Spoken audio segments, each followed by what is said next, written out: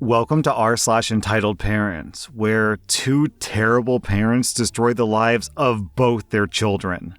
Our next Reddit post is from Black Sheep B-Boy. I'm 18 years old this year, and fairly recently on my own from my parents. I have a sister about 10 years younger than me. She was an unplanned pregnancy and nearly didn't make it to term. I don't know many of the details of how rough my mother's second pregnancy was, since I was never told much. But I do know that it was so hard on her body that my mother could no longer have kids after my sister was born. She was in and out of the hospital repeatedly that year. My mother almost didn't survive the birth either. It made her and my father latch onto my little sister because she could have potentially never been born. And ever since then, I felt like I was just the other kid in the house. Except for when they needed me as a free babysitter. The level of favoritism my parents showed my sister long term has made me believe that they were genuinely sick in the head for not noticing exactly what it was doing to me. And now it's rebounding on them, which I'll explain here. Starting with my 11th birthday, my parents wanted me to let my sister blow out my candles because she was 2 years old. And she cried at the sight of a birthday cake that wasn't hers. I didn't want to do it, but my parents forced me to do it. They relit the candles for me to do it again after her. But by then, the moment felt completely ruined. The same thing happened the next year, and the year after that, and so on and so forth. They just kept forcing it until it became the norm. My sister had to have presents on my birthdays as well. I never got any on hers either. And when I asked why, they just told me that I'm a boy and boys don't need to worry about it as much. I know that I was a kid, but did they really think that was a smart thing to say? And also, my parents would always choose a place that my sister would like to be at more than me on my own birthday. Eventually, it became more like my sister was getting 2 birthdays a year and I got none. Beyond this, my parents made their entire lives revolve around my sister. If there's something I wanted to do, my sister had to want to do it too. Otherwise, it was vetoed unless I could do it alone. I learned to just lock myself in my room and play my video games because they didn't seem to bother me there. Unless my sister wanted to come running in to annoy me, hence why I put a lock on the door. My parents wanted me to remove it, but I freaked out because I was an angry teenager who was tired of being intruded on at any given time. My sister came running in more than once when I had no clothes on. And my parents were upset at me for being naked in my own room. When I pointed out how ludicrous that was, they withdrew their objection and just let me keep the lock on the door. My sister developed quite the princess complex because of how she was being spoiled on a daily basis. She was very demanding. So I stayed away from her as much as I feasibly could. I used whatever excuse I could to not have to deal with her, even if I had to make stuff up just to have time to myself. My parents hired a teenage girl babysitter and I got more personal time. Then the babysitter quit because my sister wouldn't listen to her. And my parents tried to avoid paying the babysitter by saying that she did a bad job. The girl got some other people involved and my parents finally paid her what they owed her. Then they hired another girl to babysit on the regular. This one stayed. But my parents still made it clear that I was to be watching my sister any day that I had free. So I went out of my way to make sure that I was busy at my part-time job whenever I could. My sister treated me as her personal butler and ordered me around. She even had a stupid nickname for me that she wouldn't stop using. Just hearing that nickname makes my blood boil. And if I didn't give her everything she wanted, she'd cry and call our parents. Then I'd be in trouble for mistreating her. Me and my parents had many massive arguments because of this. And after I refused to yield anymore, my relationship with my parents devolved into barely any words spoken between us for some time. And yet, during my high school graduation, they had the nerve to brag to other parents that they were the reason that I worked so hard. Well, they weren't wrong, but the reason they were thinking of was not the one that actually happened. I worked hard, just biding my time for when I'd be free. But my parents acted like they'd done so much. They didn't even ask me about school until parent-teacher conferences came up. I graduated with a B and C average. And after my graduation, my parents just took me to some place where my sister would always have more fun than me, even though the trip was supposed to be for me. On my 18th birthday in July, though, things really boiled to the surface. Even though it was my 18th birthday, it didn't feel like it was about me at all. I hoped to God that we were going to my favorite restaurant for once. But no, they had the party at the local knockoff Chuck E. Cheese, which is the only place like it nearby us, so it was the de facto celebratory destination whenever anything big was achieved, including my high school graduation. I did say that it was a place my sister would enjoy more than me. I was surrounded by kids half my age having parties. And I was so bored with nothing to do but eat mediocre pizza, play claw machines, and dated arcade games for tickets of cheaply made prizes that brought me no joy.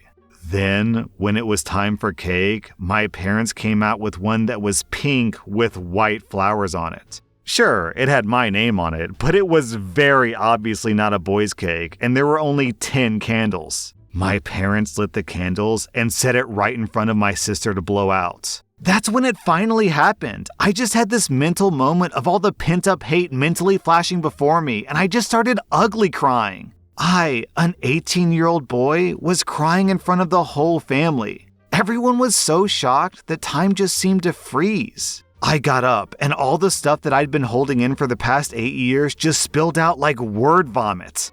The entire family got to be witness to the event. And when it was finally over, I just walked outside to sit by the family car. Several relatives trailed out after me to say they were sorry and that they didn't know about the pink cake because my parents kept it covered until it was served. I said it didn't matter that they didn't know. They all sat back and watched as my life was taken over by Little Miss Sunshine for the past 8 years. I had no real birthdays or celebrations of my own. They were all about her. And then, on the biggest birthday of my life, they all expected me to just smile and nod like always while they handed my sister a cake that was entirely meant for her, when it wasn't even her birthday. Some of them started giving me apologies, but they made the excuse that all this time, they just thought that I was okay with it because my parents said that I was. I told them I was never okay with it, that my parents forced it on me every year and I just pretended to accept it. I spread my arms out and said, look where we are. Does it look like the place I wanted to celebrate my graduation and my 18th birthday?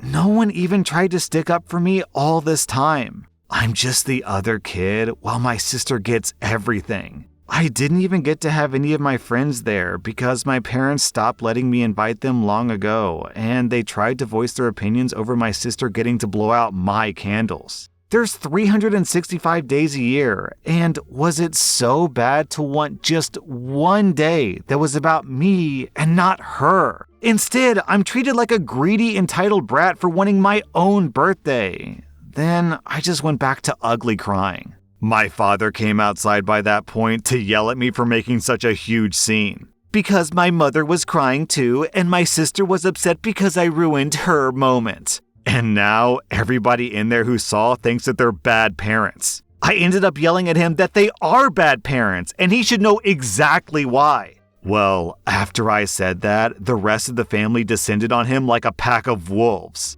Better late than never, I suppose. But I never seen anything like that before. My father was practically backed right up to the restaurant front door. Then, most of the crowd flooded back inside with him to have it out with my mother, too. My grandparents stayed with me and apologized for having their eyes shut so tight for so long. I don't know what was said to my parents in the restaurant, but it was roughly a half hour before they came back out. And when they did, they looked incredibly defeated. My mother was still sniffling after crying so hard, and neither of my parents could look me in the eyes. They both awkwardly apologized for what they did. And then they offered to redo the party elsewhere. But that wasn't really enough for the crowd.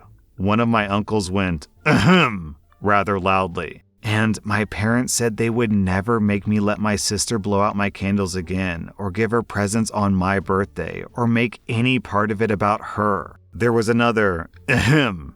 And my parents also apologized for getting a cake that was obviously not even meant for me. They said that they just felt like I wasn't worried about cake anymore at my age. And boy, was that the wrong thing to say. I became furious all over again and yelled at them that my age was irrelevant. They'd literally given my birthday to my sister and had no good reason as to why, and they knew it. Then I said there was no point in redoing the party because it's too damn late. They clearly showed that I mean nothing to them. They ruined 8 years of my life until I became an adult. What future birthdays with them could I possibly look forward to? Well, my father started to get angry at me for saying that. But when my entire family yelled at him, he shut up. My grandfather told him that I'm exactly right. And there's no possible way they can undo the damage done right now. My grandfather said that my parents were awful people who played favorites and treated me like a black sheep ever since my sister was born.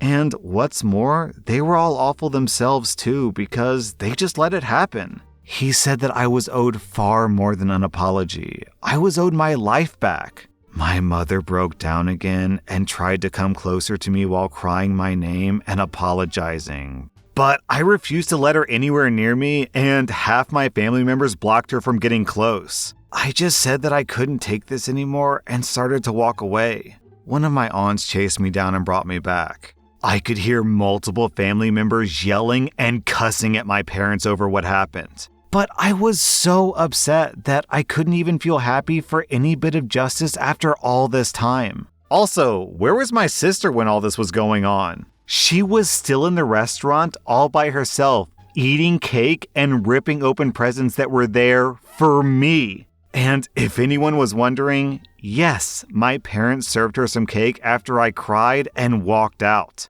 You'd think that doing that wouldn't be their primary focus at that moment, but they were called out on it later. My grandparents got me to calm down and sit in their old minivan while everyone else cleared out of the party. My sister threw a huge tantrum after being caught opening my presents, one of which was a brand new smartphone that she threw against the wall and broke because she wasn't allowed to keep it. She literally just got a brand new phone on her own birthday a few months earlier. I ended up being so upset that I was ranting that I never wanted to celebrate my birthday again. My grandparents let me stay the night over at their house. When I got back home, I still didn't speak to my parents. My mother just kept crying because I wouldn't talk to her. And my father was as closed-mouthed as I was. The following weekend, my grandparents convinced me to go out with them to dinner. When we got there, I was surprised to find a whole new party waiting for me. My parents were there, and they had this "don't hate us" smile on their faces almost the entire time.